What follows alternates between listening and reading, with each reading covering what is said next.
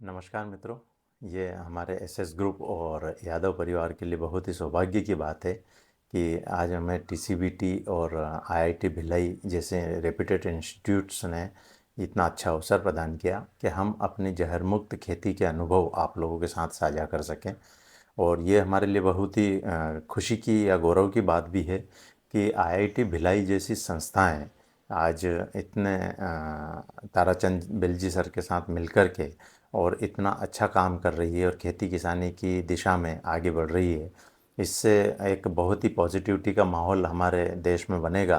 और आज हमारे जो गांव के जो बच्चे हैं वो जो शहर में जा कर के पढ़ रहे हैं और फिर अच्छा पढ़ लिख करके वहीं पर बस जाते हैं और वहीं पर नौकरी करना पसंद करते हैं या कुछ व्यापार करना पसंद करते हैं, लेकिन वो वापस से गांव आकर के और खेती किसानी में अपना योगदान प्रदान नहीं कर रहे हैं, तो उनके मन में भी इसको लेकर के काफ़ी प्रेरणा जागृत होगी।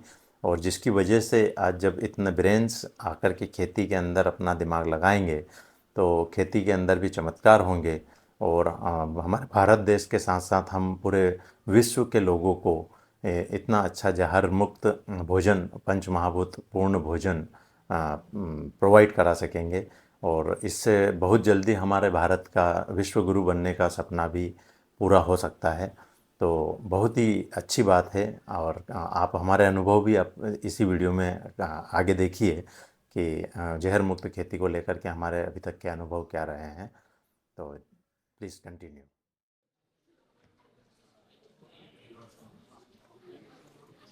मैं हमारे जो तीनों किसान हैं, श्रीमान लखन जी और पाटिल जी, आप तीनों से आग्रह करता हूँ कि आप मंच पर आए।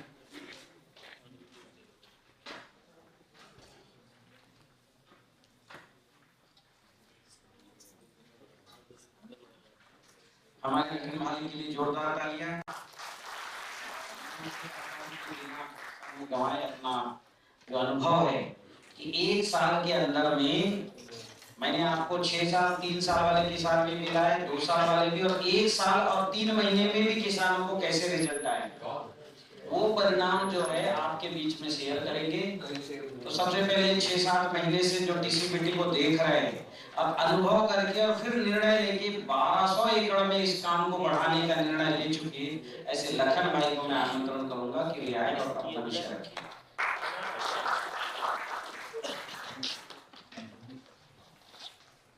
प्रणाम गुरु जी, प्रणाम कमल जी, सभी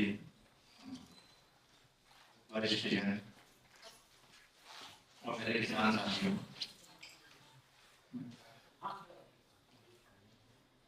मेरा बहुत बड़ा इंट्रोडक्शन नहीं है, छोटा सा इंट्रोडक्शन है। मैं एक किसान परिवार में पैदा हुआ। इंदौर के पास में समीप छोटा सा गांव है लस्टुड़िया मोरी, वहाँ पर मेरा जन्म हुआ। और जन्म होने के बाद मैंने पोस्ट ग्रेजुएशन किया कॉमर्स बैकग्राउंड से। और उसके बाद मैं पिताजी को बोला कि मुझे कुछ काम करना है। तो पिताजी ने सलाह दी कि बेटा अपनी 15-20 एकड़ जमीन थी उस वक्त हमारे पास में, तो बोले अपन इस पे ही खेती करो अच्छे नए तरीके से तो ज़्यादा उचित होगा। मुझे सलाह सही लगी। मैंने 1.5 साल उस पर मेहनत भी किया।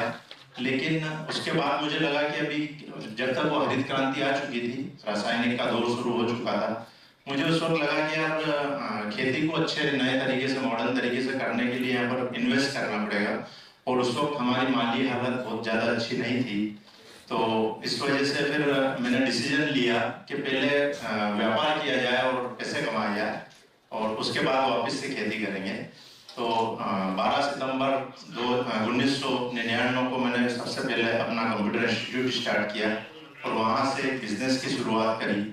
बहुत सारे काम किए, कुछ बंद भी हुए, कुछ चल भी रहे हैं। और व्यापार करना चालू किया। और व्यापार जब हम कर रहे थे तो काफ़ी सारी चुनौतियाँ आई, जैसे कि सभी लोगों को आती है सभी कामों के अंदर, वैसी चुनौतियाँ हमको भी आई। उन चुनौतियों का सामना करते हुए आगे बढ़ते गए और बिजनेस स्टेब्लिश करते गए। और 2005 के आसपास मैं और मेरे पार्टनर हैं विशाल खंडेलवाल जी, उन्होंने मिलकर के और एक ग्रुप की स्थापना करी, एसएस ग्रुप की। और उस एसएस ग्रुप के अंदर हमने सारे व्यापार करना स्टार्ट किए, जिसके अंदर हम रियल एस्टेट भी करते हैं, इंपोर्ट एक्सपोर्ट भी करते हैं, ई बिजनेस से भी जुड़े हुए हैं, काफ़ी सारे बिजनेसेस हम अभी तक कर रहे हैं। लगभग 10 से 12 कंपनियां हम सक्सेसफुली रन भी कर रहे हैं। ये बातें मैं आपको इसलिए बता रहा हूँ कि कई सारे ऐसे किसान हैं जो कि 1 एकड़ के भी किसान हैं, 5 एकड़ के भी किसान हैं। तो ऐसा नहीं है कि खेती किसानी केवल गरीब और छोटे किसानों के लिए ही है। खेती किसानी हमारी एक परंपरा है मानव सभ्यता की, जिसको हम सब लोग आगे बढ़ा सकते हैं और इसको हमें किसी को सिखाने की जरूरत नहीं है, हमारे डीएनए में ही है। जैसा कि गुरुजी ने हमको बताया, ये हमारे डीएनए में है ऑलरेडी। बस इसको एक सही दिशा देने की जरूरत है। तो हमारे गुरुजी जैसे लोग जो है इसको एक सही दिशा दे रहे हैं और इनके गाइडेंस में हम लोग उस सही दिशा में अगर काम करेंगे तो हमको सबको सफलता मिल सकती है। तो ये खेती किसानी को हम लोग आगे बढ़ा रहे हैं। उसके पीछे एक सिंपल सा मकसद था कि ये देखना था कि यार जब हमने व्यापार कर लिया और अच्छा पैसा कमा लिया तो 2014 के आसपास वापस से अंदर का किसान जागा क्या हम अपने पैसा तो बहुत सारा कमा लिया व्यापार से, तो हमारे किसान भाइयों के लिए हम क्या कर रहे हैं। तो जब देखने गए तो 2 एकड़ का किसान भी कर्जे में है और 100 एकड़ का किसान भी कर्जे में है, चाहे वो डायरेक्ट हो या इनडायरेक्ट हो, प्रत्यक्ष या अप्रत्यक्ष रूप से। तो कर्जे में है और परेशान हो रहा है। तो उस परेशानी का हल ढूंढने के लिए 2014 से लेकर 2016 तक हमने पहले रिसर्च किया कि यार खेती में ऐसा क्या किया जाए जो किसानों की दशा को बदल दे। और फिर 2-3 साल जब हमने रिसर्च किया तो फिर लगा कि अपन अभी इनकम्प्लीट है, तो एक एग्रोनॉमिस्ट को अपॉइंट किया। उसका सैलरी हम 40-45 हजार रुपये महीना देते थे। उनको हमने अपॉइंट किया और उनसे भी काफी कुछ सीखने की कोशिश करी, उनके साथ में मिलकर के। तो वो भी सीखा और उसके बाद 2017 में 24-25 एकड़ जमीन खरीदी और उसके ऊपर फिर खेती स्टार्ट करी। क्यों खरीदना पड़ी? क्योंकि जो जमीनें हमारी थी वो शहर में आ चुकी थी और उसके ऊपर हम टाउनशिप और ये सब बना चुके थे, कॉलोनी वगैरह। तो इस वजह से वहां खेती की नहीं जा सकती थी। इसलिए खेती करने के लिए 25 एकड़ जमीन हमने खरीदी और उसके ऊपर R&D स्टार्ट किया 2017 से। तो 2017 से जब R&D स्टार्ट किया तो लगभग इतनी 20-25 तरह की फसलों के ऊपर हमने R&D किया, जिनके अंदर स्ट्रॉबेरी भी था, ब्रोकली भी था, कैबेज, कैप्सिकम, सफेद मूसली, शतावरी, करकरा, मैरीगोल्ड, लेमन और काफी सारी बागवानी फसलें और सारी फसलों के ऊपर हमने काफी R&D किया। इसमें करीब 2017 से लेकर 2020 तक 2 से 2.25 करोड़ रुपए इस R&D के ऊपर हमने खर्चा किया, जहां केवल घाटा ही घाटा लिया है ना। कुछ फसलों के अंदर प्रॉफिट भी आया, लेकिन ओवरऑल बैलेंस शीट अगर देखी जाए तो साल की वो माइनस में ही आती थी। क्यों? क्योंकि R&D का दौर था। R&D के दौर में हमको ये चीज निकालना थी कि ऐसी कोई सी क्रॉप निकले या ऐसा कोई सा तरीका निकले जिससे किसानों की दशा बदल सके, उनकी जीवन स्तर ऊपर आ सके या हर किसान प्रॉफिट में आ सके। तो हमने उसके ऊपर R&D करते गए, उसमें हमको निकला है बांबू, और बांबू को फिर हमने स्केल करना चालू किया। तो लगभग 400 एकड़ के ऊपर हम बांबू का प्लांटेशन कर चुके हैं और आगे भी हम बांबू को बढ़ाते जाएंगे। 1000-1500 एकड़ तक का टारगेट है, 1000-1500 एकड़ मिनिमम बांबू का प्लांटेशन करेंगे। लेकिन उसी दौरान कोरोना आ गया। कोरोना जब आया तो ये समझ में आया कि यार कोरोना इस वजह से परेशान कर रहा है, कोई भी बीमारी इस वजह से इंसान को लगती है कि उसकी इम्यूनिटी वीक हो जाती है। अब इम्यूनिटी को कैसे बढ़ाया जाए? तो इम्यूनिटी को बढ़ाने के बहुत सारे सप्लीमेंट मार्केट में हैं, लेकिन वो सब बोगस है। वो परमानेंट इम्यूनिटी नहीं बढ़ा सकते, टेम्पररी बढ़ा सकते हैं, वो मैनेज कर सकते हैं, लेकिन परमानेंट इम्यूनिटी नहीं बढ़ा सकते। परमानेंट इम्यूनिटी अगर कोई बढ़ा सकता है तो वो आप और हम हैं, मतलब किसान है। अगर किसान की फसलों के अंदर अच्छी इम्यूनिटी होगी, अच्छी पावर होगी, तो वही फसलें इंसान खाएगा और उसकी इम्यूनिटी भी इंप्रूव होगी। इसके अलावा और कोई तरीका ही नहीं है, कोई साधन ही नहीं है जो कि हमारी इम्यूनिटी को बढ़ा दे। तो जहां किसान के लिए हम खेती करने ढूंढे थे या निकले थे, अब हमारे ऊपर जो जवाबदारी आ गई वो पूरी मानव सभ्यता की जवाबदारी आ गई। क्यों? क्योंकि मानव सभ्यता को अच्छा अनाज, जहर मुक्त दालें, जहर मुक्त सब्जियां कौन दे सकता है? केवल किसान दे सकता है। किसान नहीं, केवल किसान दे सकता है। कोई फैक्ट्री नहीं दे सकती, कहीं से इंपोर्ट नहीं किया जा सकता, वो केवल किसान ही दे सकता है। और किसान की मजबूरी ये है कि हम सब लोग कहीं ना कहीं रासायनिक चीजों के जंजाल में फंस चुके हैं या नहीं फंस चुके है ना। उससे निकालने का जो जिम्मा उठाया है हमारे जो संत बैठे हुए हैं, श्री ताराचंद बेलजी सर, इन्होंने उठाया है। तो ये कैसे मिला, हम उस पर भी आगे आएंगे। तो जब जहर मुक्त का सॉल्यूशन ढूंढने गए तो मैंने काफी सारे वीडियोस देखे, तो वहां पर एक और हस्ती मिली मुझे, सुभाष पालेकर जी। तो सुभाष पालेकर जी के साथ या उनके फार्मूलोस के ऊपर भी चल करके, और हमने लगभग 2-2.5 साल 3 साल प्रयास किया। मतलब मई 2020 से लेकर के मार्च 2024 तक हमने पालेकर जी की सारे फार्मूलों के ऊपर वर्क किया, लगभग 2.5 से 3 साल। लेकिन जो रिजल्ट हमको चाहिए था वो रिजल्ट मिल नहीं पाया। तो कहते हैं ना कि आवश्यकता ही आविष्कार की जननी होती है। तो जब रिजल्ट नहीं मिल रहा था तो फिर मैंने और कुछ ढूंढना स्टार्ट किया। तो और कुछ जब ढूंढना स्टार्ट किया तो मुझे YouTube के ऊपर नजर आया टीसीबीटी। जब मैंने देखा कि यार मक्खन जैसी मुलायम जमीनें हो जाती है और अच्छी फसलें हो रही है, और 2 गुना 3 गुना, कई लोगों को 10 गुना तक भी उत्पादन मिल रहा है, तो फिर वो क्यूरियोसिटी के कारण मैंने दिसंबर 2023 में श्री ताराचंद बेलजी सर के वीडियोस देखना स्टार्ट किया। हाँ, इसके पहले जब मेरे को टीसीबीटी मेरे एक मित्र ने बताया था, तो बड़वानी वाले श्री बलराम किसान जी ने, तो उन्होंने बोला था कि बहुत अच्छी हस्ती आ रही है अंजड़ के अंदर, शायद अंजड़ में था ना गुरु, अंजड़ में, कि बहुत अच्छी हस्ती आ रही है और आपको उनसे मिलने के लिए आना, उनका सेमिनार अटेंड करने के लिए आना। उस वक्त कोइंसिडेंटली मुझे शायद कहीं बाहर जाना था, तो मैंने अपने भांजे को भेज दिया था जो कि मेरा खेती का पूरा काम देखता है। तो उसने 3 दिन का पूरा सेमिनार अटेंड किया, और जब वो आया तो मैंने उससे पूछा, मैंने कहा बेटा क्या समझा तुमने? तो बोले मामू वहां तो हवन पूजन बताते हैं, और हवन पूजन तो में खेती होती है। तो उसने ऐसा फीडबैक दिया तो मैंने उसको फिर साइड कर दिया था कि ठीक है यार ये काम नहीं करेगा शायद। लेकिन फिर मैंने जब टीसीबीटी देखा तो वही ताराचंद बेलजी सर मुझको वहां पर नजर आए, और मैंने इनके फिर वीडियो देखना स्टार्ट करा। तो मुझे उन वीडियोस के अंदर इतना इंटरेस्ट आया कि मैंने इनके करीब करीब 150 से 200 वीडियो देख डाले। मतलब ऐसी स्थिति हो गई थी गुरुजी कि घर वाले बोलते थे भैया खाना तो खा ले क्योंकि केवल वीडियो देख रहे हो। तो वीडियो देख देख करके काफी कुछ इंप्रेशन हुआ, और वो पूरा विज्ञान जगत समझ में आने लगा कि ऊर्जा विज्ञान क्या है, अणु विज्ञान क्या है, और जीवाणु विज्ञान क्या है। क्योंकि गुरुजी की जो टेक्निक है वो 3 आधार स्तंभ पे टिकी हुई है, ऊर्जा विज्ञान, अणु विज्ञान और जीवाणु विज्ञान। तो ये चीज जब समझ में आने लगी तो फिर मैंने नंबर खोजा। तो सबसे पहले मेरी शायद रॉय जी से बात हुआ। रॉय जी से मैंने अपने विचार व्यक्त करे कि सर मैं ऐसी 300-400 एकड़ पे जो खेती करता हूँ और टीसीबीटी में करना चाहता हूँ। तो उन्होंने बोला ठीक है हम आ जाते हैं। मैंने कहा सर आप नहीं आ जाते, मुझे तो गुरुजी से मिलना है।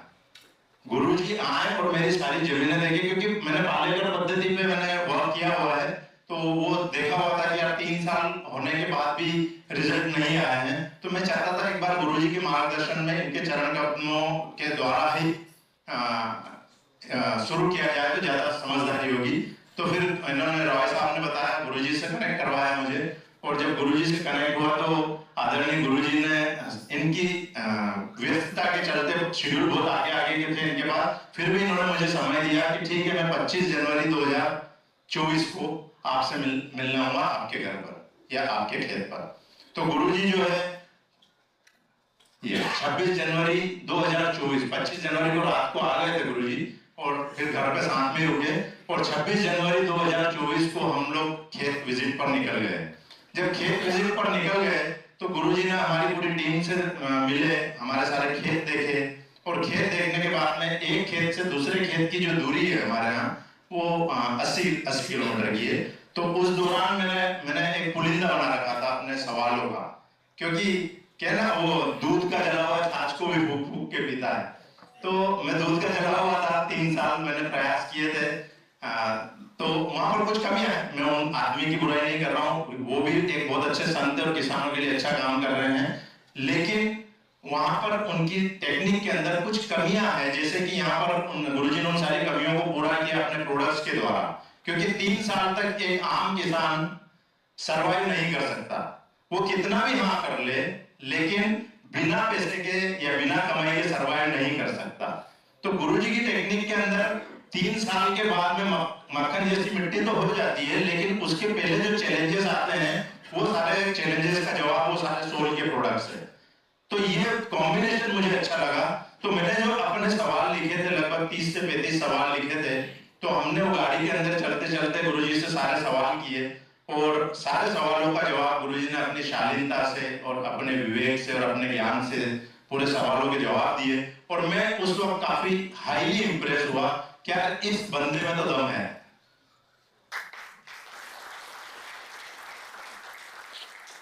देखिए गुरुजी तो बाद में बने, उसके पहले तो मेरे लिए ताराचंद जी बेलजी थे, है ना। तो उस वक्त तो मेरी भावना ऐसी थी, है ना। तो मैंने कहा इन बंदों में तो दम है और इनकी टेक्निक में भी शायद दम होगा। और वो रही बात वो माला की, तो मैंने कहा ये जादू टोना समझ नहीं आया, लेकिन मैंने कहा चलो ठीक है।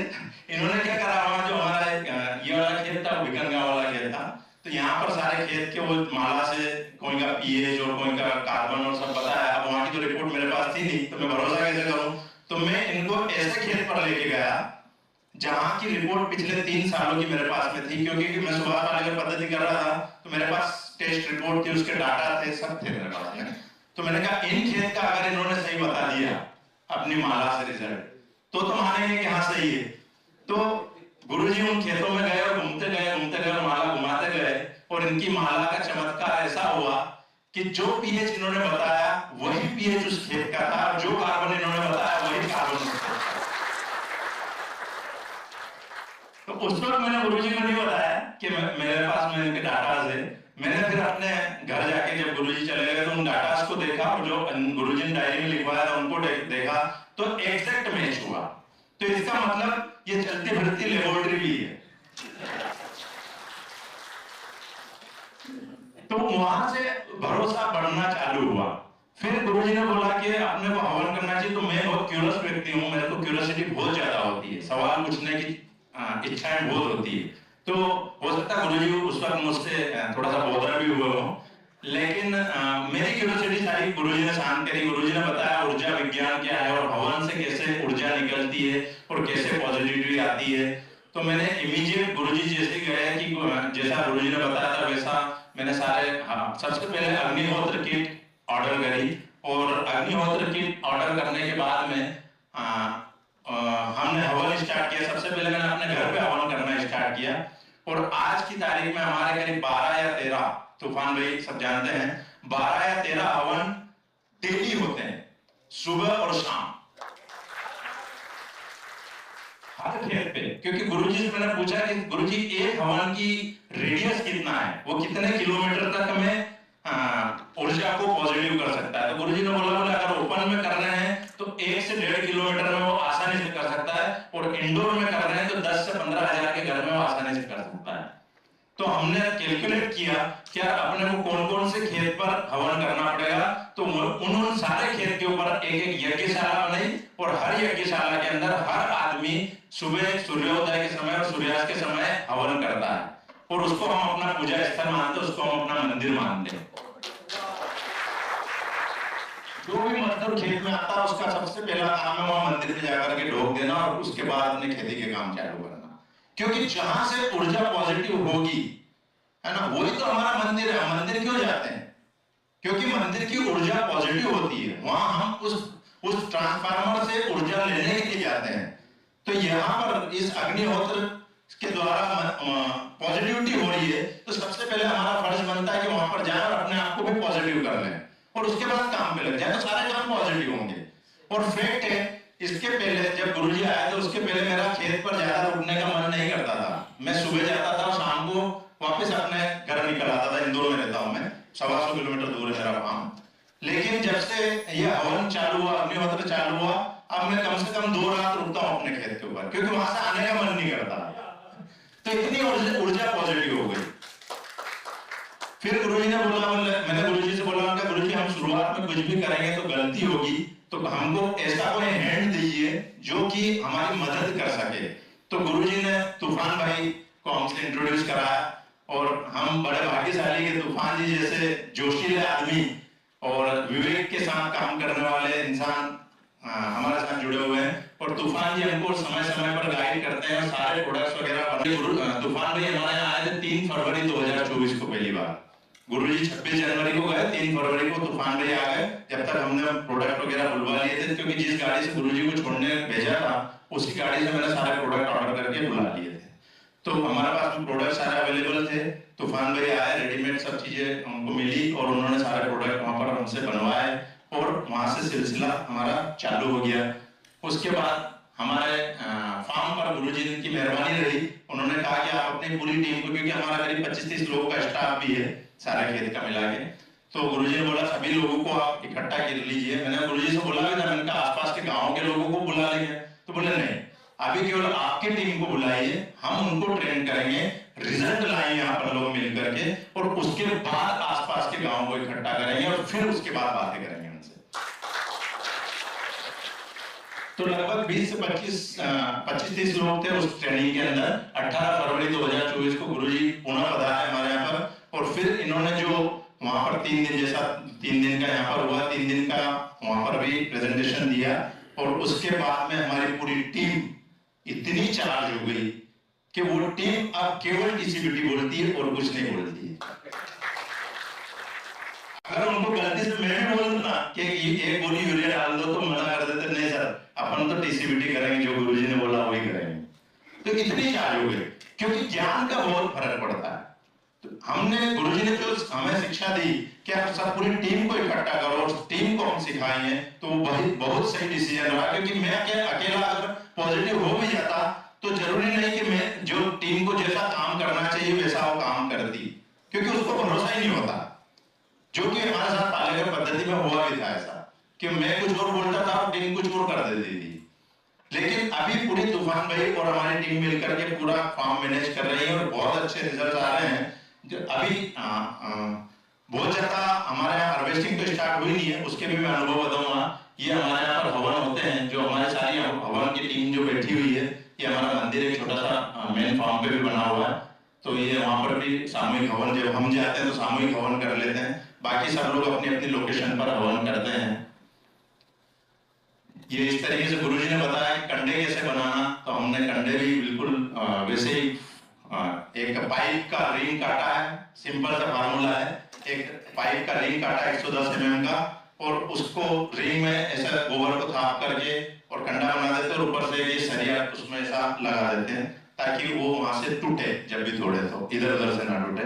तो सिंपल सी टेक्निक है। गुरुजी ने इसमें बताया था कि यार देसी गाय होना चाहिए और गोमूत्र उसमें मिला लो, गोबर के अंदर ही, वही सारे फार्मूले वैसी तरीके से हम लोग बनाते हैं। 1-2 गाय गुरुजी की माला ने नेगेटिव भी बताई, तो हमने उस गायों को जंगल में छोड़ दिया और कुछ नई गाय खरीद ली, क्योंकि हमको दूध की भी जरूरत लगने लगी छाछ और ये बनाने के लिए। तो अभी 8-10 गिर गाय भी खरीद ली जो दूध देती है, और इस तरीके से हम सारे प्रोडक्ट प्रिपेयर करते हैं अपने फार्मूलों से और दे रहे हैं। और उसके बाद में ये हमने कुछ प्रोडक्ट, अब हम अनुभव बताते प्रोडक्ट का कि ये हमारा नींबू का खेत है, उसी के पास में हमारा पपीता का खेत है। जो ये खेत आप पपीता का देख रहे हैं, ये खेत 2017 में मैंने यहीं पर, इसमें भी नींबू लगाया था और इसमें भी नींबू लगाया था, लेकिन ये इतना अनकल्टिवेटेड था, इतना अनुपजाऊ था कि यहाँ पर नींबू भी नहीं चल पाया। जबकि आप सब जानते हैं कि नींबू जंगली पौधा है, झाड़ी नुमा पौधा है, वो कहीं भी चल जाता है ना। लेकिन इस 1-1.5 एकड़ जमीन के ऊपर नींबू भी नहीं चल पाया था। उसके बाद हमने उस नींबू की सारी फसल हटा दी थी उस 1-1.5 एकड़ की, और उसके अंदर छोटी मोटी दूसरी सब्जियां वब्जियां और ये करने की कोशिश करी, वो भी नहीं हो पाई थी। मतलब उस खेत को हमारी पूरी टीम ने नाम रख दिया था बंजर खेत, क्योंकि जहां कुछ नहीं हो सकता वो बंजर है ना। लेकिन जब गुरुजी का सेमिनार देखा और उसके बाद में जब टीम भी मोटिवेट हुई और उन्होंने बोला इस खेत के अंदर भी हम ट्राई करके देखते हैं, तो इस खेत के अंदर हमने ट्राई करके देखा, सारे प्रोडक्ट चला करके देखा, और उसमें हमारे एक काका है, उनके घर पे एक पपीता का पौधा लगा हुआ था, तो उसके बीज से उन्होंने पौधे बना लिए, और वही पौधे जब हमने इसके अंदर लगाए तो आज ये पपीता का खेत ऐसा खेत हो गया है कि वहां के अच्छे अच्छे पपीता के जो किसान है वो आकर के देखते हैं और बोलते हैं तुम्हारा पपीता इतना अच्छा कैसे है। ये इन प्रोडक्ट्स की विशेषता है। ये जो नींबू का खेत है, इसको भी हमने 3 पार्ट में डिवाइड कर रखा है। तो गुरुजी जब आए थे तो मैंने गुरुजी से बोला, मैंने कहा गुरुजी यहाँ हम रासायनिक प्रैक्टिस कर रहे थे इस नींबू के अंदर, है ना। अभी अपन एक काम करते हैं कि ये जो सबसे हल्का वाला पार्ट है इसमें नींबू का, जिसमें फूल बहुत कम आ रहे थे, उस टाइम जनवरी-फरवरी की बात थी, तो फूल बहुत कम आ रहे थे, तो मैंने गुरुजी से बोला कि इसको अपन टीसीबीटी में ट्राई करते हैं। तो छोटा भी था और कमजोर भी था, उसमें फूल भी कम थे, लेकिन गुरुजी ने बोला बोले ऐसा नुकसान क्यों कर रहे हो, ये 2 पार्ट को करो। और मैंने कहा कभी कर्ज नहीं हुआ तो गड़बड़ हो जाएगी। लेकिन फिर भी जब गुरुजी ने बोला तो करना ही पड़ेगा। तो हमने 2 पार्ट के अंदर टीसीबीटी के प्रोडक्ट यूज किए और एक पार्ट जिसके अंदर सबसे अच्छी फ्लावरिंग थी और हमेशा जिसके अंदर सबसे अच्छी पैदावार आती है उस पार्ट को रासायनिक में ही छोड़ दिया कि आप देखते हैं किसमें ज्यादा रिजल्ट आता है। तो वाकई में उसमें फूल ज्यादा थे, इधर फूल कम थे। लेकिन दोस्तों चमत्कार ये हुआ कि जिसके अंदर फूल ज्यादा थे हार्वेस्टिंग के टाइम पर उसमें माल कम निकला और जिसके अंदर कम थे उसमें माल ज्यादा निकला। अब ये कैसे पॉसिबल है? ये ऐसे पॉसिबल है कि उनके फूल जो थे वो जब हवा आंधी आई तो फूल ज्यादा झड़ गए और इनके फूल कम झड़े, इसलिए इसमें फ्रूट सेटिंग ज्यादा हुई और इसमें माल ज्यादा निकला। तो this is the power of TCBT products. ये उसकी ताकत है। आप ये मत देखिए उसमें फूल कितने क्या है। अरे जो फूल है अगर 100 फूल है 100 के 100 सेट हो जाएंगे तो 100 फल लगेंगे। और अगर 100 फूल है उसमें से 50 झड़ गए तो बचा क्या? 50 ही तो बचे ना। तो वही इसके अंदर हुआ हमारे खेत के अंदर। तो कहने का मतलब प्रोडक्ट के अंदर बहुत जान है, चीजें है जो कि प्रॉपर वर्क करती है। बाकी और आगे क्या होगा वो आगे हम आपके साथ में भविष्य में भी शेयर करेंगे। ये इस तरीके से फिर उसके बाद हमने सोइंग चालू करी तो तूफान भाई के मार्गदर्शन में ही गुरुजी ने तूफान भाई को भेजा और अदरक भी लगाया और कॉटन भी सो किया है हमने और सोयाबीन भी सो किया है। इसके अलावा तिल्ली लगा दी बहुत सारे खेतों में तो, क्योंकि भूमि उपचार पूरा करा, जो लाल मिट्टी सफेद मिट्टी जो गुरुजी ने बताया सब कर रहे हैं। मतलब एक भी फार्मूला छोड़ नहीं रहे। कई जगह तो तूफान भाई बोलते बोले सर लागत ज्यादा जा रही।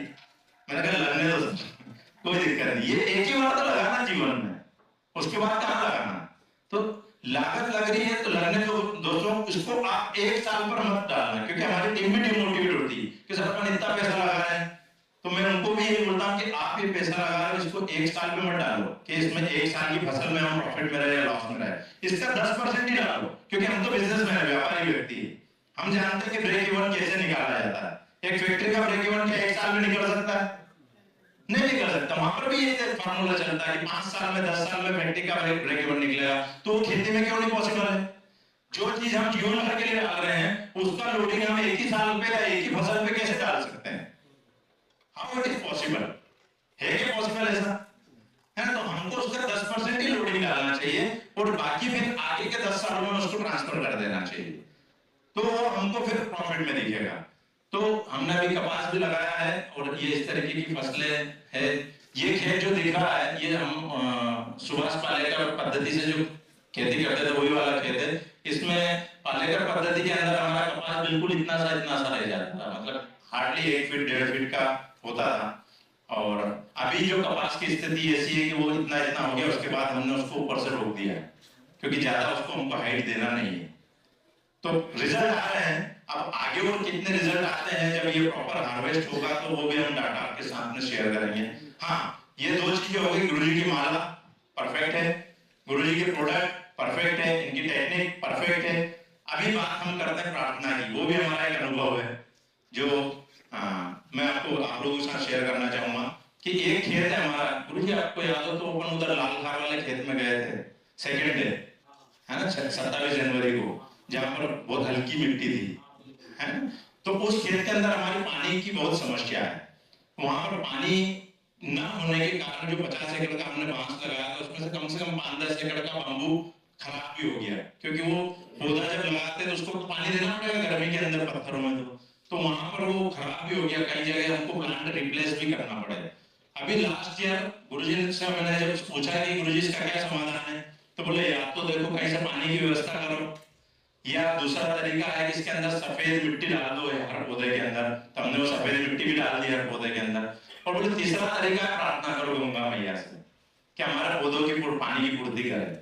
तो मुझे बड़ा अजीब लगा, उनका गंगा मैया के खुद आकर के एक लोटा पानी डालेगी अजीब लगा, लेकिन ठीक है, गुरुजी का आदेश जो करना है। तो हर रोज जब हवन करते हैं तो हमारी प्रार्थना में हमने लाइन लेट करा दी कि हे गंगा मैया हमारे सारे पौधों को पानी की पूर्ति करें। और दोस्तों चमत्कार ये हुआ कि इस साल उस खेत के अंदर जो आज तक नहीं हुआ वो हो गया। जानना चाहेंगे क्या? वहां पर एक अंडरग्राउंड उद्वहन की सिंचाई की व्यवस्था है गवर्नमेंट की, है ना, वहाँ मार्च के अंदर वो बंद हो जाती है, फिर नहर में पानी नहीं मिलता है। लेकिन इस बार हर 15 दिन में वो नहर अपने आप गर्मी में चालू हुई, अपने आप। गवर्नमेंट ने भेजा है ना, लेकिन गवर्नमेंट के पास कोई एप्लीकेशन लेके गया नहीं कि पानी भेजो आप। हाँ, वहां के गांव वाले भी बोलते हैं कि ये क्यों चालू हुई हमको नहीं पता, आज तक तो नहीं हुई, पानी आ गया। और हमारा तालाब भर जाता 4 दिन के अंदर, उससे लगा हुआ तालाब है हमारा, वो तालाब भर जाता, और जैसे वो तालाब खाली होता 8-10 दिन के अंदर वापस से नहर अपने आप चालू हो जाती। वो नहर हर सीजन में चालू होती गुरु जी, लेकिन जब से डली वो 2006 में डली थी, वो जब से डली तब से लेके आज तक गर्मियों में चालू नहीं हुई। लेकिन इस बार वो गर्मियों में भी चालू हो गई। तो जब हम नहर वाले डिपार्टमेंट में गए, वहां पूछा कि इस बार क्यों चालू कर दी भैया, तो बोले हमको लगा कि मवेशियों को पानी पिलाने के लिए तो चलना देना चाहिए, नालों में पानी आ जाए, इसलिए हमने चालू कर दी। तो ये प्रार्थना का चमत्कार है। तो गुरु जी के हर चीज का चमत्कार है, और ऐसे संत, ऐसे गुरु जी हमारे सामने बैठे हुए हैं, और हम लोग बड़े भाग्यशाली है दोस्तों, जो इनसे रूबरू हो रहे हैं। मैं तो आपको एक चीज बताऊं कि भगवान क्या होता है। भगवान वही इंसान होता है जो कि जन कल्याण के लिए काम करे। जो व्यक्ति अपने 18 साल के वैवाहिक इतिहास में 15 बार घर बदल चुका हो, और जो व्यक्ति रुपए के लिए लोगों पर मोहताज हो रहा है, डिपेंड हो रहा हो, सॉरी गुरु जी मैं ऐसा वर्ड यूज कर रहा हूं, है ना, क्या वो व्यक्ति में इतनी ताकत नहीं है कि वो रुपया कमा सके? इनकी टेक्निक में इतनी ताकत है कि ये लाखों करोड़ों रुपए कमा सकते हैं, खरबों में खेल सकते हैं। अगर ये हमारे जैसे बिजनेसमैन लोगों के हत्थे चढ़ जाए ना, तो अरबों खरबों रुपए में कमा सकते हैं। हाँ, सबका भला हो सकता है। लेकिन ये इनकी महानता है, ये इनका संतपना है, जो कि इनको उन सब चीजों से दूर रखे हुए हैं, और केवल ये काम कर रहे हैं जन कल्याण के लिए। तो हम लोग इसलिए भाग्यशाली है कि आज अगर आपके सामने कोई भगवान राम आके बैठ जाए और भगवान कृष्ण आके बैठ जाए, तो आप उनसे मिलना पसंद करेंगे कि नहीं करेंगे? अरे उनके दर्शन मात्र के लिए लोग तरसते हैं, उनके दर्शन के लिए लोग अयोध्या जा रहे हैं, उनके दर्शन के लिए लोग वृंदावन जा रहे हैं। वो क्या थे? उन्होंने भी जन कल्याण के लिए काम करा। कभी भगवान राम ने ऐसा बोला क्या मैं मेरे बच्चों के लिए, आने वाली पीढ़ी के लिए अपने राज्य का विस्तार कर लेता हूं? नहीं, उनकी भावना नहीं थी। कृष्ण की ये भावना नहीं थी कि अपने बच्चों के लिए मैं राज्य का विस्तार करूं। अरे उन्होंने तो जो अपनी द्वारका बसाई थी उसको ही डुबा दिया था, आपको अगर थोड़ा सा पता हो अध्यात्म के बारे में। तो भगवान कौन होता है? जो कि जन कल्याण के लिए, प्रकृति के कल्याण के लिए काम करे, सूक्ष्म जीवाणुओं के लिए कल्याण के लिए काम करे, पंचमहाभूतों के लिए कल्याण के लिए काम करे, वो भगवान होता है। तो ये हमारे कलियुग के भगवान है। चलिए बढ़िया बंधु, ऐसा नहीं कि दोनों देखिए भावनाओं में जरूर ये बोल रहे हैं। भगवान की व्याख्या मैं आपको बताता हूँ, ठीक है? आपको रोक रहा हूँ, क्षमा चाहता हूँ। आपने भगवान राम, भगवान कृष्ण, भगवान हनुमान ऐसा बोलते ही नहीं बोलते? बोलते। और कल मैंने भगवान की क्या व्याख्या बताई? भूमि, गगन, वायु, अग्नि, नीर, ये भगवान। लेकिन राम को हमारे ऋषियों ने भगवान कहा, तो भगवान हैं जिन्होंने पंच महाभूतों को समझ लिया और उनके पार चले गए। पार मतलब यहाँ पंच महाभूत, उसके आगे कौन है? ब्रह्मा विष्णु महेश, उसके आगे कौन है? नौ दुर्गा। हाँ कि ना? ऐसे ही ना क्रम। तो ये जो भगवान है पंच महाभूत, इसके पार जिसने छलांग लगा लिया, उसके नाम के आगे ऑटोमेटिक भगवान जुड़ जाता है। चाहे इंसान हो, चाहे कोई जीव हो। भगवान बहुत से जीवों को भी कहा गया है, केवल इंसान को नहीं कहा गया। कृष्ण को भी हम भगवान बोलते हैं ना। तो भगवान की ये व्याख्या है, भगवान बना जा सकता है। भगवान कोई दिव्य ऊर्जा नहीं है। भगवान क्या है? आप पंच महाभूत जो हैं आपके साथ खड़े हो जाए, आपके हृदय में आ जाए, आप उनके पार चले जाओ। मेरी बात समझ रहे हो? और ऐसे ही व्यक्ति फिर क्या है, दिव्यता को प्राप्त कर, दिव्यता यानी ऐसे व्यक्ति वैसे चमत्कार अलौकिक जैसे दिखाने लगते, फिर उनकी पूजा होने लगती है। तो विषय ऐसा नहीं है मैंने तो क्या काम करूंगा मुझे पता नहीं, मैं क्या कर रहा हूं ये भी पता नहीं। मैं जब बैठता हूं यहां तो सोच के भी नहीं बैठता कभी, समझ रहे हो? और मुझे जो बोलना है मैं वही बोलता हूं। इसका मतलब है कि मुझे कहीं से प्रेरणा मिलती है। कई वाक्य संस्कृत के दसों साल से मैंने पहले याद किया होगा, वो मेरे को एज इट इज आते हैं। अभी भी मैं किसी के साथ बैठता हूँ तो मैं कभी सोच के नहीं बैठता, ना कुछ ऐसा है। और ऐसा इनके खेत भी जब मैं गया तो मैं मनोभाव देख के ही बात करता हूँ। मनोभाव समझ रहे हो? आपकी जितनी क्षमता है मैं उतनी ही बात करूंगा, नहीं तो भाई मैं ऐसी बात क्यों बताऊं जिसको माना ना जाए। फिर बाद में भी चाहिए ना देने के लिए कुछ, पुड़िया तो बाद में भी चाहिए, हाँ कि ना? एक बार में सब देंगे क्या? हाँ, ऐसा है, ये क्रम है और कर रहे हैं। बहुत अच्छा प्रेजेंटेशन रहा, मैं चाहता हूँ आप ग्रहण करें। बहुत बहुत धन्यवाद। और मैं ऐसा चाहता हूँ, इन्होंने बहुत अच्छा जो है समय ले लिया, बढ़िया, इनकी फसलें सब अच्छे आ रही हैं। और मैं चाहता हूँ अभी जो है, देखिए मेरे पास एक लेखराम यादव हो गया और दूसरे हमारे लखन यादव हो गए हैं। राम लखन की जोड़ी है भाई, और बहुत बढ़िया जबरदस्त। वो 500 एकड़ में पहुंच गए, मैं चाह रहा हूँ ये भी 1200 एकड़ में जाए।